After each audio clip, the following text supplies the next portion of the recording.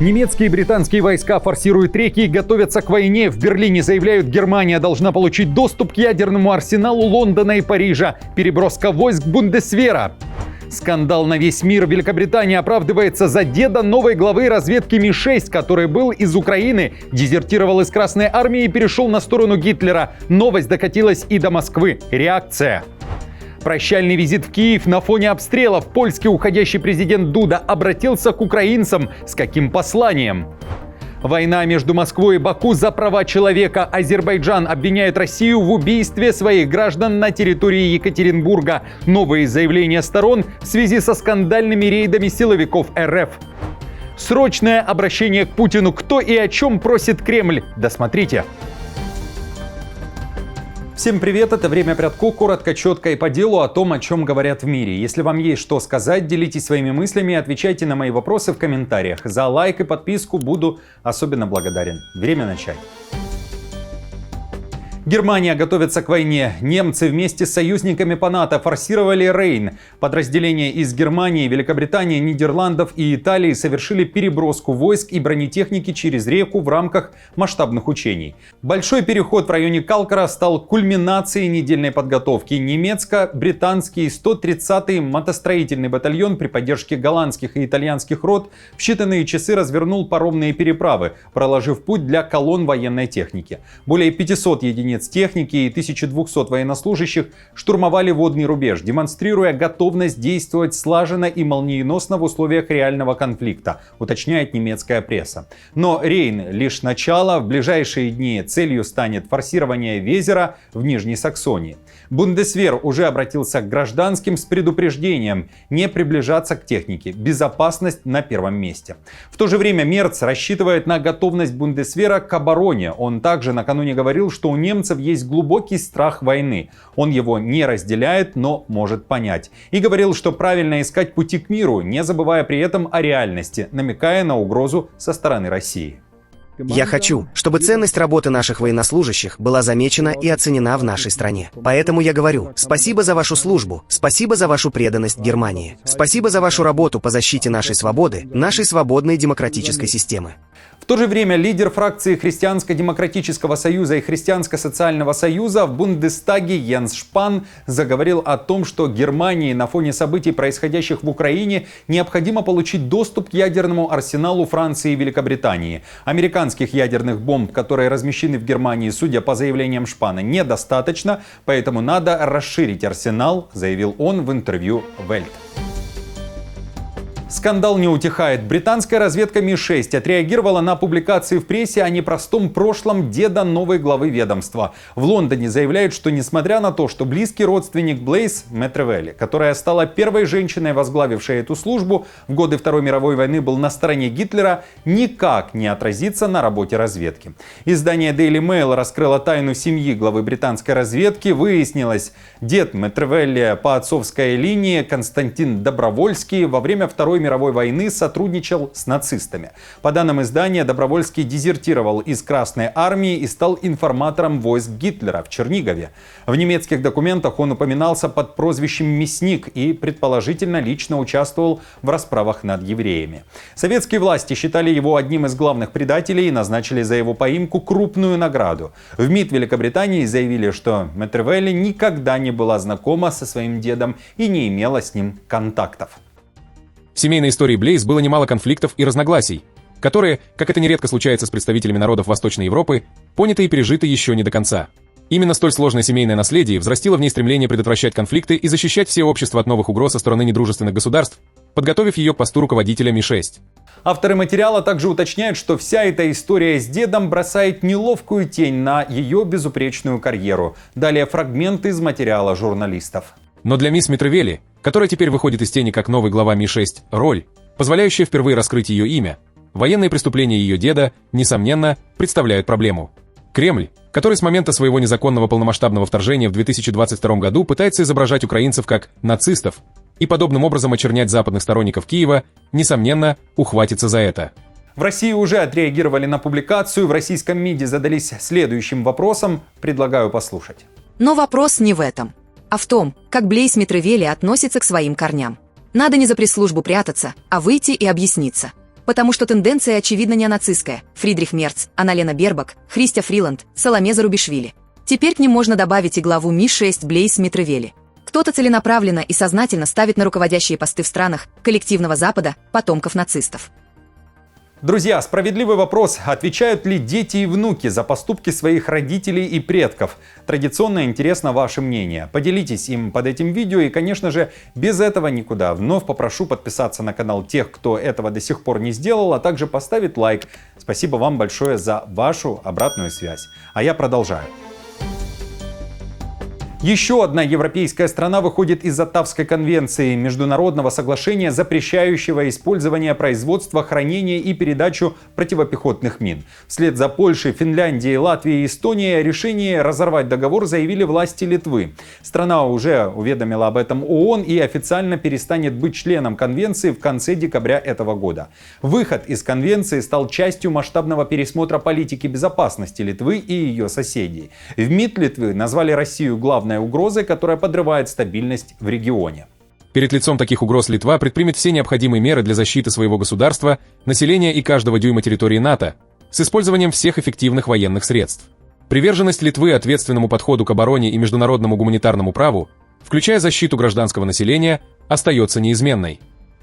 Напомню, Оттавская конвенция была подписана в 1997 году и к настоящему времени объединяет 164 государства. К числу стран, не присоединившихся к договору, относятся Россия, США, Китай, Индия и Пакистан.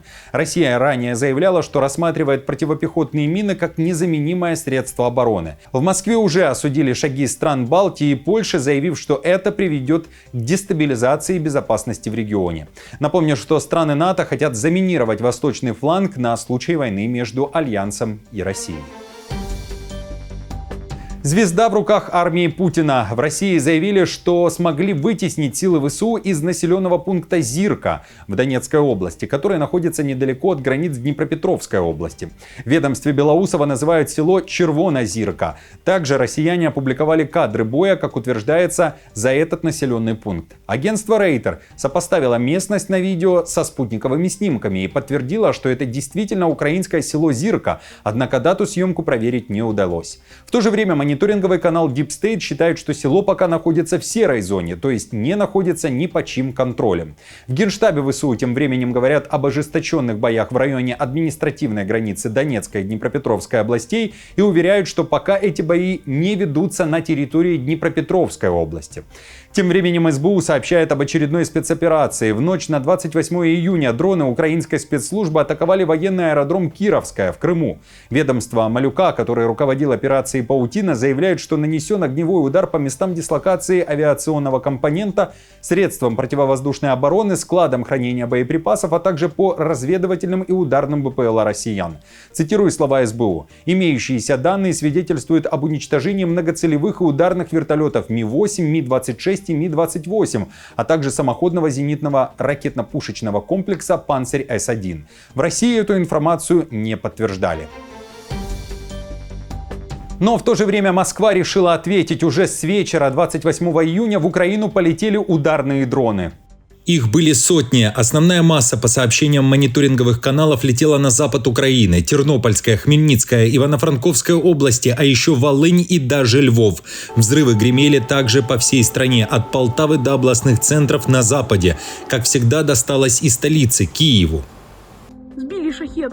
А это что летит еще? Сбили шахет. За полночь стало понятно. Россия подняла еще и авиацию. Сразу 3 Ту-95МС. Взлеты были зафиксированы с Оленьи и один борт Ту-160 с Энгельса. Носитель кинжалов МиГ-31К также оказался в небе. В акваторию Черного моря были выведены корабли, ракетоносители калибров. Пуски начались около 2 часов ночи. С территории Крыма по Николаеву Россия ударила несколько раз баллистическими ракетами. Массированная комбинированная атака продолжалась на протяжении нескольких часов. В стране ликвидируют последствия обстрелов.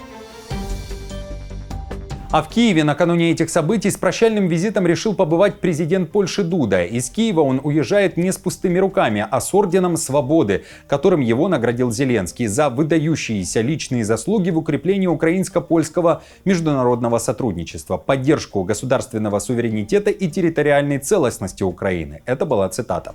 Дуда, который вот-вот покинет свой пост, говорил о том, кто его заменит, о Кароле Навроцком, и выразил надежду, что тот будет также благосклонен к Украине.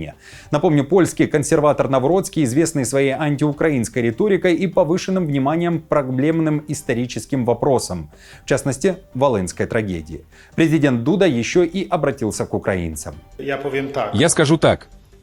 С президентского кресла мир выглядит немного иначе, чем с позиции любого другого политика в Польше, особенно с позиции кандидата на выборах, любых выборов. С президентского кресла мир действительно выглядит иначе. С него также видны вещи, которые невозможно увидеть с других позиций. Пожалуйста, спокойно подождите и посмотрите, как будет действовать президент Кароль Навроцкий, когда вступит в должность и действительно займется вопросами польско-украинских отношений уже как президент Республики Польша. Зеленский дал понять при этом, что готов встречать на украинской земле нового президента Польши. Для нас важно сохранять тесный, сильный диалог между нашими странами и, конечно, будем приглашать нового президента в Украину. И с радостью, если будет приглашать и меня в Польшу, я всегда на такие приглашения позитивно реагирую.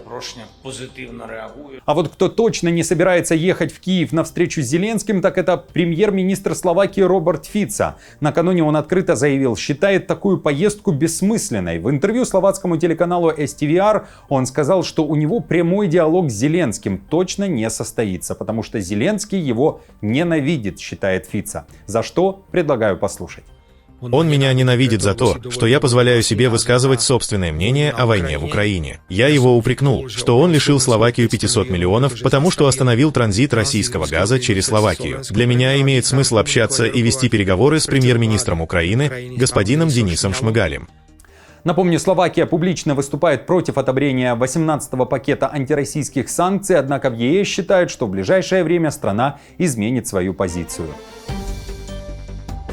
Война между Москвой и Баку за права граждан. В России и Азербайджане одна из главных тем обсуждения на высоком уровне – убийственный рейд в российском Екатеринбурге. Поверенного в делах посольства России в Баку Петра Волоковых вызвали в МИД Азербайджана из-за так называемых рейдов в Екатеринбурге, в результате которых были, как сообщает пресса Азербайджана, жестоко убиты 2 азербайджанца. Один из задержанных и впоследствии освобожденный азербайджанец Вугар Сафаров рассказал бюро «Репорт» о подробностях инцидента. Дверь распахнулась, и вломились прямо в дом, где были 2 детей. Мою жену, маму, папу, брата и меня. Они сразу нас начали избивать. Ничего не спрашивали. Просто били всех нас. Жестоко избивали нас в доме. Перевернули дом вверх дном. Все, что было, бросили на землю. Примерно час нас били в доме. Также мужчина рассказал, что в изоляторе, куда его и других задержанных привезли силовики, его били током и заставляли подписать контракт с Минобороны РФ, чтобы воевать в Украине. Позже, по словам Сафарова, в изолятор приехали глава азербайджанской диаспоры в Екатеринбурге Шахин Шихлинский и адвокат. Они помогли Сафарову и его брату выйти из СИЗО. Напомню, ранее в Управлении Следственного комитета РФ по Свердловской области заявили, что рейды были проведены не просто так. Официальная версия: пресекли деятельность этнической преступной группы, подозреваемой в ряде убийств и покушений. Баку требует у России справедливого расследования и привлечения к ответственности всех виновных в преступлении. Далее цитата МИД Азербайджана. Российской стороне был выражен резкий протест в связи с рейдами 27 июня 2025 года сил безопасности России в квартирах наших соотечественников, в ходе которых были жестоко убиты 2 азербайджанца. Несколько человек получили тяжелые телесные повреждения, 9 человек арестованы. До сведения противоположной стороны было доведено наше ожидание расследования вопроса, скорого привлечения к уголовной ответственности всех лиц, совершивших насилие. В МИД России отреагировали на ноту протеста из Баку. Официальный представитель ведомства Захарова сообщила, что задержания происходили в рамках расследования убийств, совершенных в период с 2001 по 2011 годы. Захарова уверяет, что все мероприятия проводились законно. Приглашенный 28 июня в МИД Азербайджанской Республики временный поверенный в делах Российской Федерации Волоковых дал необходимые разъяснения азербайджанской стороне. Заверил, что ситуация находится под контролем правоохранительных органов. Напомню, в последние месяцы это не первый дипломатический скандал, который вспыхнул в том числе между Россией и странами Центральной Азии, в частности из-за видео, на которых были запечатлены избиения российскими силовиками мигрантов из стран ЦА. Так, 10 апреля московская полиция провела рейд в бане, которую в основном посещают граждане Кыргызстана, и жестоко избила находившихся там кыргызстанцев. А в начале июня этого года бойцы ОМОНа ворвались в одно из московских общежитий, где проживают граждане Узбекистана и других стран Центральной Азии. Во всех случаях МВД России утверждает, что действия силовиков плановые и в рамках закона. Как считаете, к чему могут привести подобные события? Оставьте свои комментарии под этим видео. Срочное обращение к Путину из Казахстана. Мать 19-летнего гражданина этой республики просит Кремль помиловать ее сына. Российский суд приговорил жителя Алматы Турана Устюгова к 12 годам тюрьмы. Парня посадили, как утверждается, за терроризм и желание воевать на стороне Украины. По версии ФСБ, он заполнял анкеты для вступления в добровольческие отряды и даже получил задание от украинских военных. По словам Эльмиры Жанабаевой, матери осужденного Турана, никто и никуда не вербовал. Он просто сбежал из дому, а когда хотел вернуться, его задержали спецслужбы. Но при этом он действительно поддерживал Украину и переписывался с кем-то. С кем именно, мать так и не выяснила. Туран отправился в Крым и домой уже не вернулся. Несмотря на вердикт суда, женщина верит, что только Путин может спасти ее сына.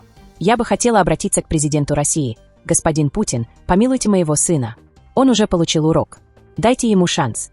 Мой сын просто глупец, но причинить какого-то вреда России он бы не смог. Ему нужно еще жить. Друзья, хорошего вам дня. Не забудьте подписаться на канал и поставить лайк этому видео. Оставляйте также свои комментарии под этим видео. А я напомню, новости за неделю собраны в плейлист. Переходите и смотрите. До встречи.